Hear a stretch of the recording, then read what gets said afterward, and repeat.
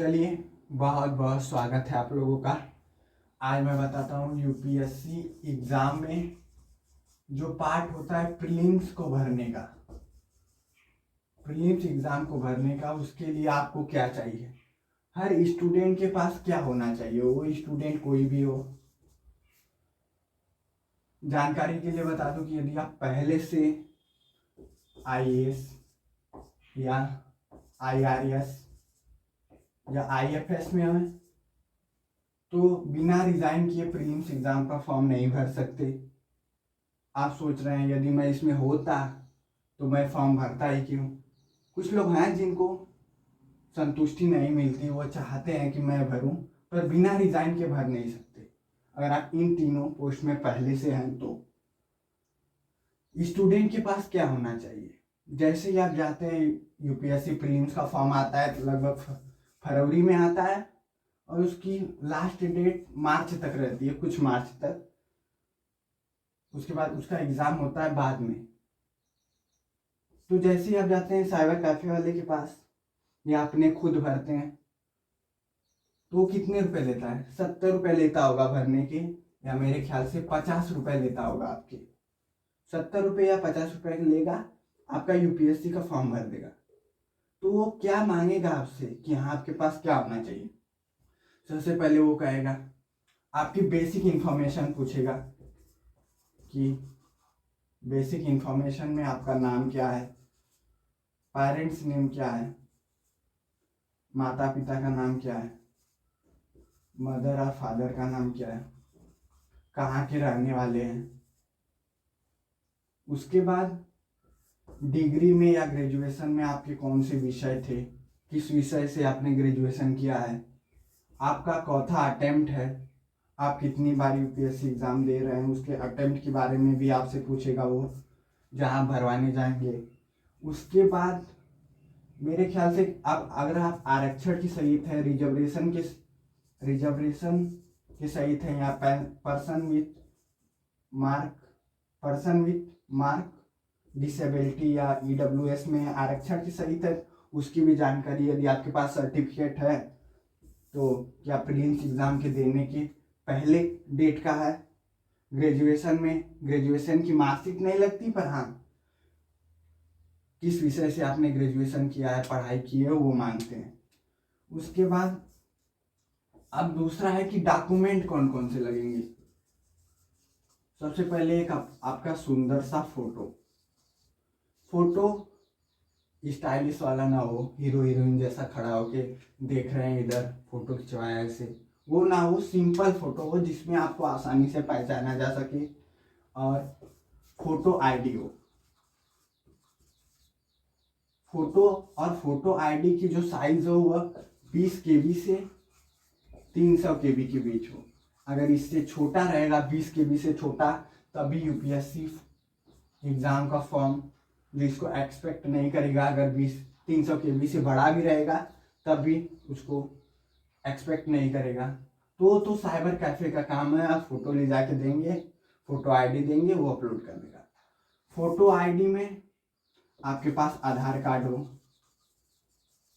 आधार card तो सभी लोगों के पास है, बिना आधार कार्ड के रहना तो इंडिया में मुश्किल है। हर काम में आधार कार्ड लग रहा है, आधार नहीं तो फिर जीवन का आधार नहीं। पैन कार्ड भी चलेगा, अगर आपके पास आधार कार्ड नहीं है, पैन कार्ड है तब भी चलेगा। आप पैन कार्ड से भी फॉर्म भर सकते हैं। और ड्राइविंग लाइसेंस हो। पैन कार्ड में तो टैक्स पे करना होता है, पर स्टूडेंट कहाँ से टैक्स पे करेंगे जो एग्जाम दे रहे हैं। पैन कार्ड के लिए टैक्स पे करना जरूरी नहीं होता, हाँ आयकर इनकम टैक्स विभाग में आपका रजिस्टर्ड हो जाता है। और उसके बाद ड्राइविंग लाइसेंस हो। ड्राइविंग लाइसेंस कुछ लोगों के पास होता है, स्टूडेंट के पास, क्योंकि वो एग्जाम देने जाते हैं, बाइक चलाते हैं या 4 व्हीलर है या स्कूटी चला के जाते हैं, तो ड्राइविंग लाइसेंस बनवा लेते हैं सिक्योरिटी के लिए। होगा, ड्राइविंग लाइसेंस भी चल सकता है। कुछ लोग तो कहते हैं मैं रहता यहाँ हूँ, मैं अपने स्टेट से ड्राइविंग लाइसेंस मंगवा सकता हूँ। तो स्टेट ड्राइविंग लाइसेंस का अधिकार जो है राज्य सरकार के पास है, और राज्य सरकार में अपना दादागिरी चलती है। हेलो, मेरा ये काम करना था, हो जाएगा, आओ इतने बजे आपका ड्राइविंग लाइसेंस बन जाएगा। आपके बेटे का है? अच्छा, आइए, उसके सब डॉक्यूमेंट लेके आइए, हम बना लेते हैं। उसके बाद ये तो अपना अलग से परिचय वाला मामला हो गया कि बनवाएं कैसे। उसके बाद है वोटर आईडी। वोटर आईडी सबके पास होगी, क्योंकि यूपीएससी एग्जाम प्रीलिम्स का एग्जाम भरने की शर्त यह है कि आप 21 साल के होने चाहिए। जब 21 साल के हैं, 18 साल पे वोटर आईडी बन रही है, तो वोटर आईडी है ही आपके पास। अगर भाग्यवश, वैसे तो कोई होगा नहीं इंडिया में कि जिसके पास नहीं आधार कार्ड हो, नहीं पैन कार्ड हो, नहीं तो ड्राइविंग लाइसेंस हो, ना ही वोटर आईडी हो, तो वो कोई ऐसा डॉक्यूमेंट जो केंद्र सरकार या राज्य सरकार की ओर से आपको जारी किया गया, वो आप लेके जा सकते हैं। जैसे हाई स्कूल की मार्कशीट या 12th की मार्कशीट भी आप ले जा सकते हैं फोटो आईडी में। ध्यान रहे, जो आप फोटो आईडी अपलोड करेंगे फॉर्म भरते समय, या साइबर कैफे वाले को देंगे, या अपने से आप फॉर्म भरते हैं, तो जो आप फोटो आईडी अपलोड करेंगे वही आप एग्जाम देते समय भी ले जाएंगे। ऐसा नहीं कि लेके चल गए आधार कार्ड और वहाँ पर भरा था आपने पैन कार्ड, डॉक्यूमेंट अपलोड किया था पैन कार्ड का यूपीएससी प्रीलिम्स के लिए, और लेके चल गया आधार कार्ड, तो ऐसा कभी नहीं होगा, वहाँ से आपको भगा देंगे। जो अपलोड किया है वही लेकर जाइए। और उसके बाद है सिग्नेचर। सिग्नेचर आपका हस्ताक्षर, उसकी भी साइज, वो तो साइबर कैफे वाला मैनेज कर लेगा। 220 KB से 300 KB के बीच उसे पता रहता है कि फोटो कैसे खींचना है। अगर आप अपने से भरते हैं तब मैंने आपके लिए ये ऑप्शन बता दिया। उसके बाद है आपको सेंटर चूज करना होता है। सेंटर टोटल प्रीलिम्स के लिए 72 सेंटर है इंडिया में यूपीएससी एग्जाम के पास, और मेरे ख्याल से यूपी में 9 सेंटर हैं प्रीलिम्स के लिए, और मेंस के समय 2 रह जाते हैं। तो अगर आप इलाहाबाद तैयारी करते हैं तो नज़दीक में कोई भी सेंटर हो, जैसे लखनऊ मेरे ख्याल से है, तो लखनऊ आप सेंटर में चॉइस कर दीजिए और पेपर देने चले जाइए। यदि आप दिल्ली या दिल्ली तैयारी करते हैं तो नागपुर या दिसपुर आप भरिए, जो आपके नज़दीक हो वहाँ आप पेपर देने सेंटर में चले जाते हैं। थोड़ी बहुत प्रीलिम्स एग्जाम में मेंस की भी इंफॉर्मेशन मांगी जाती है कि हाँ, मेंस में आपका ऑप्शनल सब्जेक्ट कौन सा रहेगा, और आपकी जनरल सब्जेक्ट, जनरल साइंस या जनरल सब्जेक्ट जीएस में आपका विषय कौन सा रहेगा, आप किस माध्यम में, किस मीडियम में एग्जाम देंगे, हिंदी मीडियम में या अंग्रेजी मीडियम में, ये भी पूछा जाता है। तो जो बच्चे चाहते हैं मैं अंग्रेजी मीडियम में एग्जाम दूँ, वो अंग्रेजी पुट अप कर देते हैं। जो इंग्लिश मीडियम में, जो हिंदी मीडियम में चाहते हैं, वो हिंदी मीडियम पुट अप कर देते हैं। और फिर उसके बाद एक और पूछे जाते हैं, भारत के किस भाषा में आप एग्जाम देना चाहते हैं। जैसे कोई यूपी का है तो हिंदी में देगा, महाराष्ट्र का है तो भोजपुरी में, कर्नाटक का है तो कन्नड़ में, तमिल का है तो उनकी अपनी राज्य भाषा अलग है, क्या आप उस भाषा में एग्जाम देना चाहते हैं, ये भी आपसे पूछा जाता है कि यूपीएससी प्रीलिम्स का एग्जाम। और उसके बाद इसमें एक ऑप्शन और भी आता है कि हाँ, आप किसका फॉर्म भरते हैं। देखिए, यूपीएससी का एग्जाम जो प्रीलिम्स का फॉर्म है वो सिविल सर्विस के लिए भी है और फॉरेस्ट सर्विस के लिए भी है। तो आप अगर दोनों ऑप्शन ठीक भरते हैं कि हाँ, पूछेगा प्रीलिम्स का फॉर्म भरने से ठीक पहले ही कि आप सिविल सर्विस का फॉर्म भरेंगे कि फॉरेस्ट का, वन विभाग वाला, कि आप दोनों भरेंगे। तो पेपर सबका सेम रहता है, आप दोनों फॉर्म भर सकते हैं। उनका मेंस अलग होता है, सिविल सर्विस वाले का, फॉरेस्ट सर्विस का मेंस अलग होता है, इंटरव्यू भी अलग होता है। पहले फॉरेस्ट सर्विस वालों का होता है, उसके बाद सिविल सर्विस वालों का इंटरव्यू होता है। तो पेपर एक है, क्वेश्चन पेपर एक ही मिलेगा, सॉल्व करना रहेगा सबको समान। मेरे ख्याल से और कुछ छूट नहीं रहा है। हाँ, फीस, जो फीस का पेमेंट करना होता है, कितने रुपए लगेंगे। कुछ लोग भाई, अरे यूपीएससी का फॉर्म है, अरे कितना रुपए लगेंगे। अरे कुछ नहीं, यदि आप केंद्र सरकार से की ओर से, यदि आप एससी में हैं या एसटी में हैं या पर्सन विथ बेंचमार्क डिसेबिलिटी में है, तो आपकी फीस है 0 रुपए। आपकी एक भी रुपये फीस नहीं लगेगी। फीस जो फॉर्म की फ़ी डिटेल्स होगी वो, ये 70 रुपये, ये 50 रुपये, ये तो साइबर कैफ़े वाले लेते हैं जो इंटरनेट यूज़ करते हैं, भरते हैं, उतना मेहनत करते हैं उनके लिए। ये तो दूसरा हो गया। यदि आप, ये तो उनका अपना मामला है, आप खुद भी कंप्यूटर आपके पास है, कंप्यूटर फ्रेंडली होकर भी भर सकते हैं। उसके बाद मैंने आपको बता दी किस किस साइट में अपलोड करना है, और मैं फ़ी डिटेल भी आपको बता देता हूँ। सेंटर के बारे में बता ही दिया, आपके नज़दीक में जो सेंटर हो वहाँ आप चली रहिए। और जो फ़ी के बारे में था, फीस के बारे में कितना लगता है, यदि आप SC/ST में हैं या पर्सन विथ बेंचमार्क डिसेबिलिटी जिसको हम पहले PH कहते थे, यदि आप उसमें हैं तो आपकी फीस 0 रुपये लगेगी। एक भी रुपये आपके फॉर्म भरने का लगेगा नहीं। आपका मोबाइल नंबर और जीमेल तो लगेगा ही, ये तो सब में मांगा जाता है, ये भी एक पॉइंट है, मोबाइल नंबर या जीमेल एक। उसके बाद फॉर्म भरने, उसके बाद है यदि आप जनरल या OBC या EWS में हैं तो फॉर्म भरने की जो फीस है वह 100 रुपये है।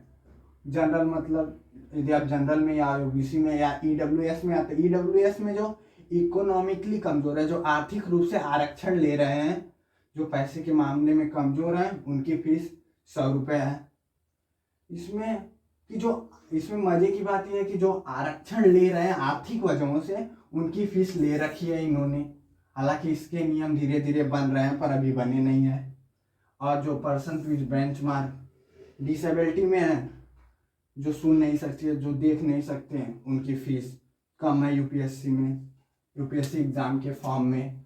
यदि आप कोई थर्ड जेंडर है, जैसे महिला या पुरुष, या जो नहीं महिला है ना पुरुष हैं, दोनों हैं, तो वो भी यूपीएससी एग्ज़ाम दे सकते हैं। उनके लिए भी, हाँ, कोई कॉमन जेंडर है वो भी यूपीएससी का एग्ज़ाम दे सकता है। तो फीस का मामला हो गया।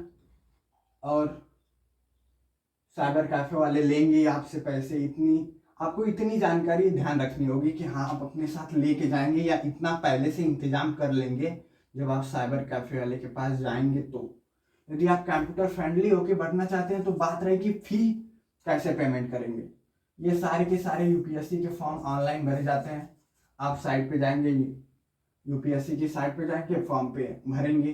तो फ़ी डिटेल्स का जो फार्मूला होता है, या तो आप कैश पे करेंगे, या तो नेट बैंकिंग करेंगे, या तो डेबिट कार्ड या क्रेडिट कार्ड से करेंगे।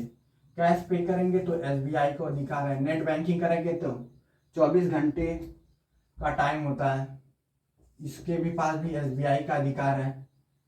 यदि आप डेबिट कार्ड या क्रेडिट कार्ड से पे करते हैं तो कोई भी चलेगा, केवल अमेरिकन एक्सप्रेस को छोड़ के जो अदर कंट्री के बैंक हैं उनका डेबिट कार्ड यूपीएससी एक्सपेक्ट नहीं करती है। बाकी सबका, या तो वो मास्टर हो, या तो वीज़ा हो, या तो रुपए हो, कोई भी डेबिट कार्ड एक्सपेक्ट कर देगी। पेमेंट के लिए 100 रुपये लगेंगे। यदि आप SC/ST या पर्सन विथ बेंचमार्क डिसेबिलिटी में है तो एक भी पैसा नहीं लगेगा।